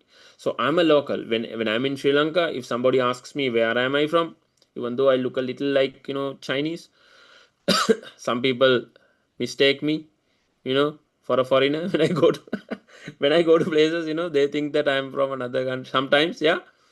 Then they start talking in English. Then I start talking in Sinhala. Then they're like, oh, Lanka is it? Then okay, you can say I'm a local, right? I'm a local is I'm from the same country, I'm from this country. So local literary sources means books that are written in Sri Lanka that has information about Sri Lanka that can be used to study the history of Sri Lanka. That is why it's under local literary sources. Okay, right. Then the foreign ones, foreign literary sources. Now, foreigners also can write about Sri Lanka, and books that were written out of Sri Lanka also has information about Sri Lanka. Those are called foreign literary sources. Not only Sri Lankans wrote books about our past in Sri Lanka, but there are many foreigners who wrote about Sri Lanka in their own countries, or they came to Sri Lanka and wrote about it. Okay. Those are called foreign literary sources. So literary sources, there are two types, remember, local literary sources and foreign literary sources. Okay, and local literary sources, we have a wide variety of books that can be used to study the history of our country, which were written locally or which were written by Sri Lankans in Sri Lanka. If Sri Lankans were writing books about history in Sri Lanka, they are called local literary sources. Remember, there are many types of books that we can use to study our history written by Sri Lankans in Sri Lanka. We will come to that later. But before that, let me explain a little bit about the foreign literary sources before we come into detail here. There are two types of foreign literary sources. Local, there are many types. Okay, I come to that. Foreign, we have two types. Again, dividing, is going, no, only this, okay, don't worry. And examples. There are foreigners who came to Sri Lanka, who spent some time in Sri Lanka, who got to experience the life in Sri Lanka, and learned about Sri Lanka, and wrote about Sri Lanka, okay. So those are called foreigners who visited Sri Lanka and wrote about Sri Lanka. So that is a type I just mentioned here, visited. Let's write it like that, okay. Yeah, even though this name is not there in the book exactly, but you know the idea now, right? Okay, foreigners who came to Sri Lanka, spent some time in Sri Lanka, learned about Sri Lanka, got to know the people, and got to know the lifestyle of our people. And because they spent some time, some foreigners spent like years and years, many years in Sri Lanka, and got to know about our lifestyle and experienced our society, and they wrote about Sri Lanka. And that will be under visited, foreigners who visited Sri Lanka and wrote about Sri Lanka. But there are also foreigners who never visited Sri Lanka but wrote about Sri Lanka. Now tell me, example, can you write a book about Belgium? Can you do that? Belgium is a country in Europe. Let's say you never visited that place. Can you write a book about Belgium? Can you? Yes or no? Simple answer.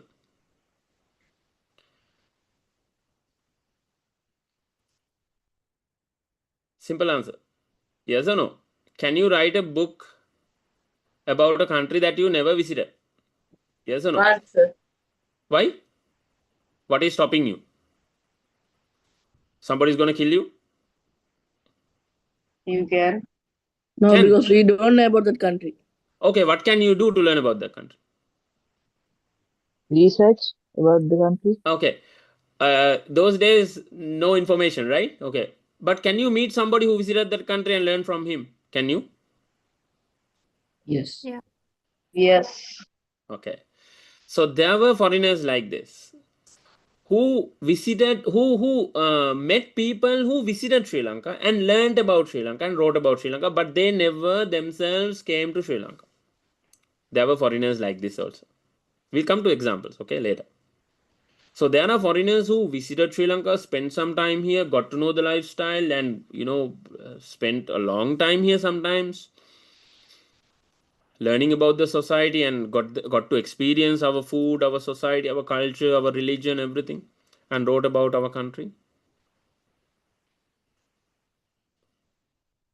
There are also foreigners who never got a chance to come to Sri Lanka, but met people who visited Sri Lanka and got information from them and wrote about Sri Lanka. So they can be called as didn't visit. Okay, didn't visit. So foreigners who didn't visit, or foreign literary sources that were written by foreigners who didn't visit.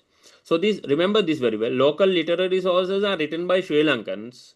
Foreign literary sources are written by foreigners. Okay, local. If a Sri Lankan goes to another country and writes about Sri Lanka, it doesn't become a foreign literary source. Okay, it is a local literary source because it's written by a Sri Lankan who stayed in Sri Lanka. Right, he's writing from that experience. But foreign literary sources means foreigners who wrote about our country. Some foreigners came to our country, some foreigners never came to our country but learnt about our country from other people and all, and they wrote about our country. Okay, right. We come to examples. All right, okay, later.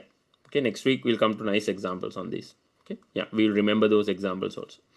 But today, to end the session, we will discuss about the local literary sources and the types of various local literary sources, and say bye for today. Okay, right. We'll go a little deep here. Right, okay. Now for this, Pute, let me share the tute. It is better to understand because I put a table in the tute so that it is very easy for you to understand. Here's the table. Okay, I made a table here. Nice table. That's very easy to understand. So local literary sources, there are different types of books to learn about our history. Different books have different purposes. For example, you also read different types of books, right? You have textbooks to learn subjects that you hate. Okay. Then you have novels that you might love, right? Reading, yeah. Novels, that's very exciting, sometimes, yeah. Different books have different purposes. Novels cater to a different purpose. Textbooks have a different objective or purpose, like this. So local literary sources also, we have different types like that. Different types of books that contain information about our history, but written on different purposes also. Okay, so we are going to learn about those with examples now, right? Okay. The first type of book, the main book, I would say, the type of book is called chronicles. Okay, chronicles. So what is a chronicle, Pute? A chronicle is a book that contains information about history of a country continuously. Okay, continuously. Now you can also write a chronicle about your life sometimes. What happened since the beginning of your day one, right? Like this, you can keep, like, it's like writing a diary, I would say. Everything that happened in order in your life, you can write it, right? Similarly, you can also write the past of a country, the history of a country, in order, in a timely order, according to the time order. So you don't write what happened today in the top. You write what happened in the last day that like the oldest day that in the top.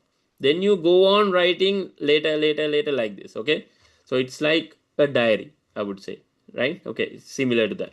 But a chronicle is not like a diary, but it's a huge book that contains a lot of information about a country's history, arranged according to the timely order. That is what we call a chronicle. සිංහලෙන් මේකට කියනවා පුතේ වංශ කතා. වංශ කතා කියලා කියන්නේ වංශ කතා කියලාත් කියනවා වංශ කතා. So වංශ කතා කියලා කියන්නේ පුතේ chronicles, right? So here we go. We'll come to the examples later. But you see this word chronicle, chrono, this word, there's a small sound like chrono here, right? So this word chrono means with a time, related to time. So chronicle means pute these books that contain about information about history in a timely order. What happened first, which king ruled from which period to which period, then which king ruled after him, which king ruled after him, what happened there, which king ruled after him, like this. Those are called chronicles. That has detailed information about each and every era. That has continuous information about our history.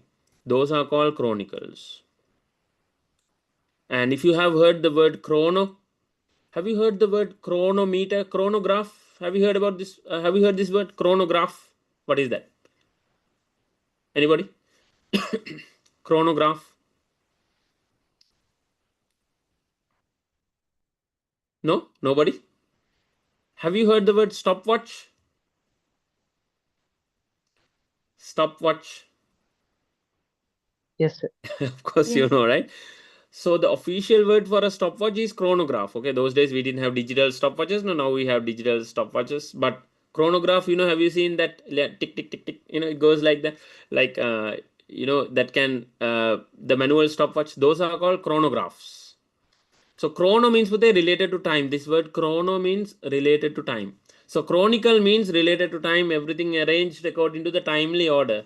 So chronicle means any book that contains information arranged in a timely order. What happened first, what happened next, what happened next, what happened next, like this. So we as Sri Lankans can be very proud because we have two very good chronicles that contains information about our past continuously. And out of these two chronicles, Pute, the oldest one is called Deepavansha. Deepavansha කියලා කියනවා. නැත්නම් ඉංග්‍රීසියෙන් කියන්න පුළුවන් Deepavamsa. So Deepavamsa, you know, Deepa means Pute island, Vamsa means Pute chronicle. So Deepavamsa, if you translate to English, it will sound like island chronicle. Okay, Sri Lanka is an island, Pute.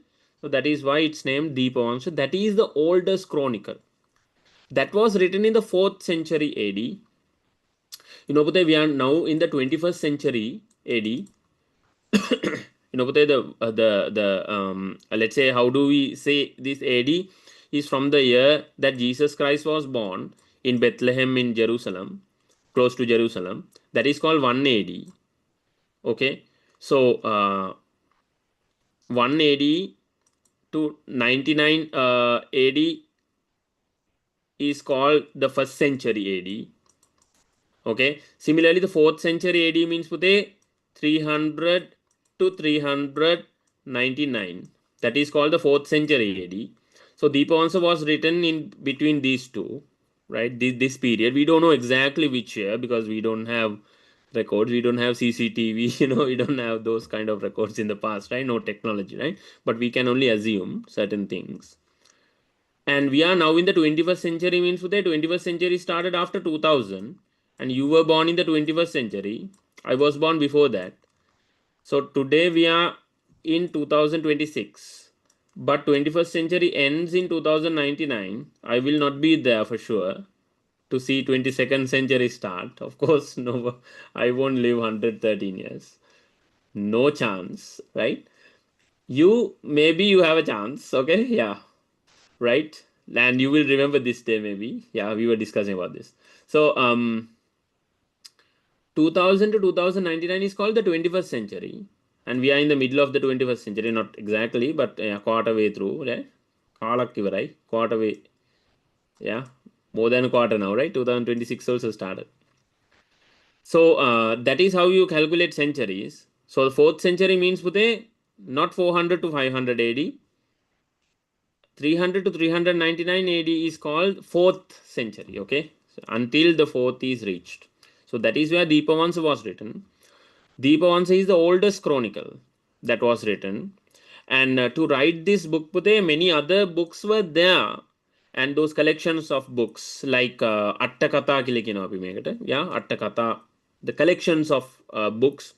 So Deepavamsa looked to combine information from all those books and try to construct the history of Sri Lanka in a timely order. That is for the first time in our history. So Deepavamsa is the oldest chronicle or the first chronicle that we have. And Pute, we have another chronicle which is called the Mahavamsa, which was written in the 5th century by a prominent Thero called Mahanama Thero. Mahanama Thero, a monk, Buddhist monk. Mahanama Thero. And Mahanama Thero was a very educated person when it comes to the history of Sri Lanka. He did so many research. This is the evidence that we have. He lived in Anuradhapura, and he lived in a monastery or a place called Diksanda Senevia Pirivena, General Diksanda's monastery. General Diksanda would have built that monastery and sacrificed it to the monks. Yeah. So Mahanama Thero did all his research about history and everything in that monastery. You know, Pute, in the ancient times, even today, some Buddhist monks, they are very talented in multiple fields. So not only religion, but also in other fields. There were Buddhist monks who were very talented in medicine. There were Buddhist monks like Mahanama Thero who were very talented in research and history and subjects like that. Some Buddhist monks were very talented not only in religion but also in languages, right? Like Totokamoi Sri Rahula Thero. When it comes to Sinhala literature, we will talk about him so much. We will talk about him like in your Sinhala literature sessions. So there are people like that, right? Religious leaders who contributed so much in different fields as well. So Mahanama Thero is a very good example for that. And Mahanama Thero did his research. Mahanama Thero knew that Dipavamsa. Mahanama Thero knew about Dipavamsa. And Mahanama Thero studied Dipavamsa and he saw some mistakes in Dipavamsa or shortcomings in Dipavamsa. Dipavamsa is the first chronicle, no doubt. But Mahanama Thero wanted to write a better one. Okay, so he studied what shortcomings are there in Dipavamsa. And he discovered that certain information in Dipavamsa are brief, short, too short, no enough explanations. And some information in Dipavamsa is repeating. Same thing again and again, So Dipavamsa is the first one. We have big respect for Dipavamsa. But Mahanama Thero wanted to address those shortcomings and do a better version of the Chronicles. Better job. Everybody want to do better, right? Yeah. Now, if you become the monitor in the class or leader in the class, you want to do better than the previous leader, yes? Or you want to do worse than him? No way, right? You will look to be better than the previous. Now, if you become a captain of a sports team, you will try to bring a better cup or bigger cup than the previous guy, right? That is what everybody will do. Everybody will want to do better things every day, better than the previous. That is human nature. So Mahanama Thero wanted to address those and build or write a very good chronicle so that Sri Lanka's history is unbroken. Unbroken history, continuous history can be recorded in proper detail. That is where he started writing Mahavamsa. That is the birth of this chronicle called Mahavamsa. Mahapute, Maha means great. Mahavamsa means great chronicle. If you translate this to English, it will be the great chronicle. Mahavamsa. Mahavamsa kila Singaling kina, Mahavamsa kila English kina puluang. Or you can also call it in English itself, Great Chronicle. But Mahavamsa is widely used. We widely use Dipavamsa. We never say Island Chronicle, very rarely we say that. We never say the Great Chronicle, we always say Mahavamsa. Or Singaling Mahavamsa kila kena puluang. Okay, so Mahavamsa is so special.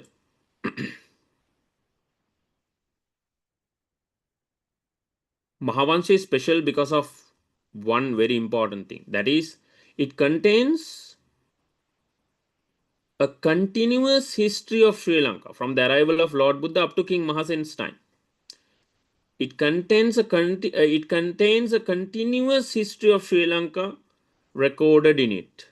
So, because of Mahavamsa, Sri Lanka is one of the very few countries who have an unbroken or continuous record of its history. Only few countries in the world have these type of books. That is why Mahavamsa is so special. So Mahavansha is special because of two things. That is one thing. One thing is that it contains continuous information about Sri Lanka's history. From the arrival of Lord Buddha up to King Mahasen.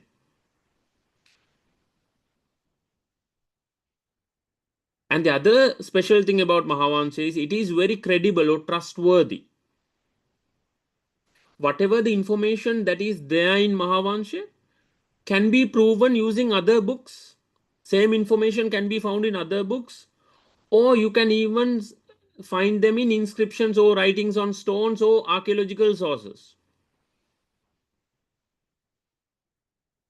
For example, Mahavansha says King Dutugamunu built Ruwanveli Saya in Anuradhapura. Ruwanveli Dagaba, Swarnamali Chaitya, or Ruwanveli Saya, the huge Dagaba in Anuradhapura, was built by King Dutugamunu. Mahavansha says it.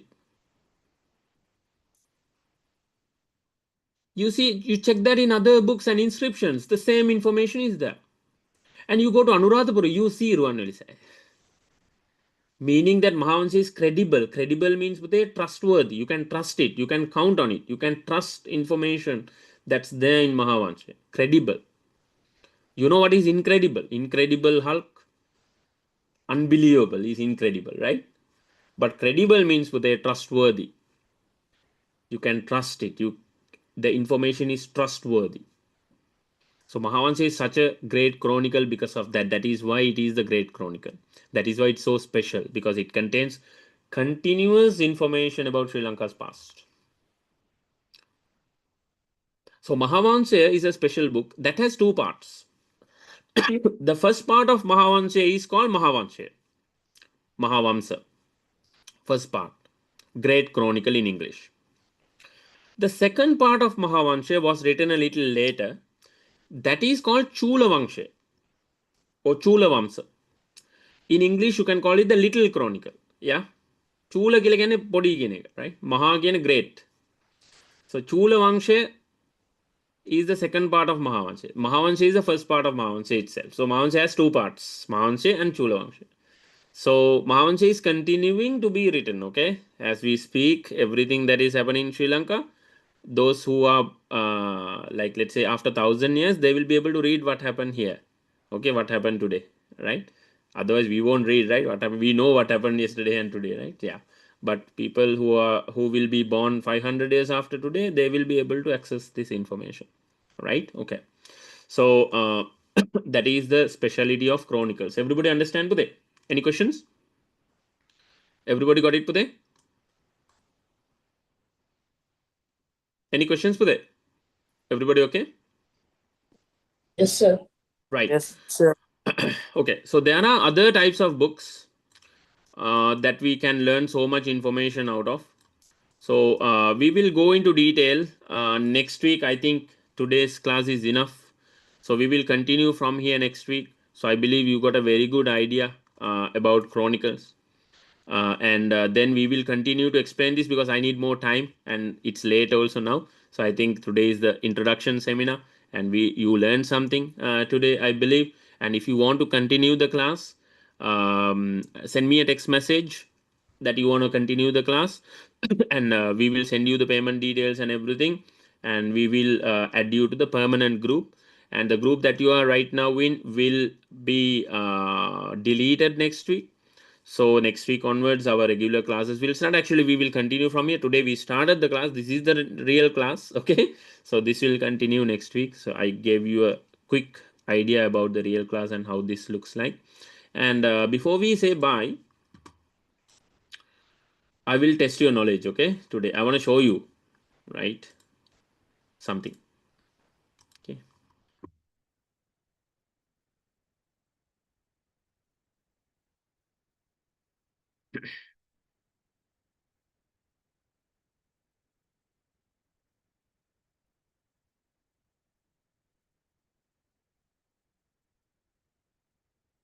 One minute.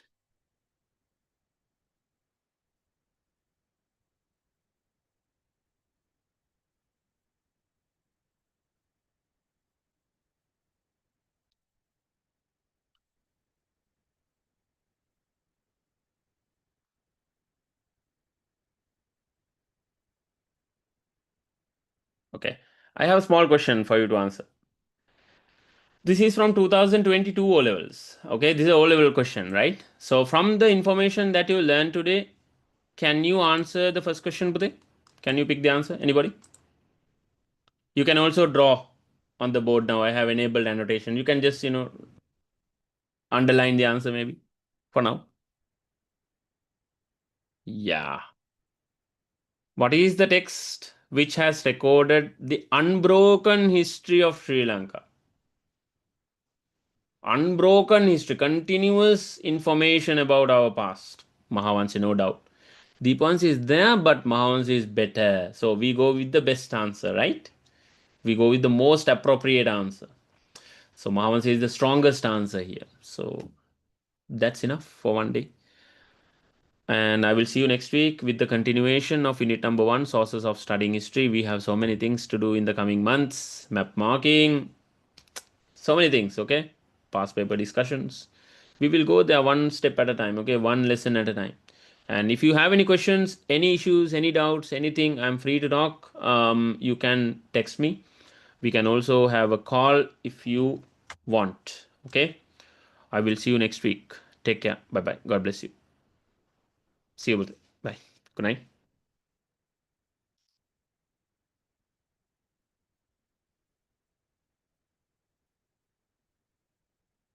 Thank you, sir. Thank you, Pute. Bye. Good night, sir. Good night, Pute. Bye.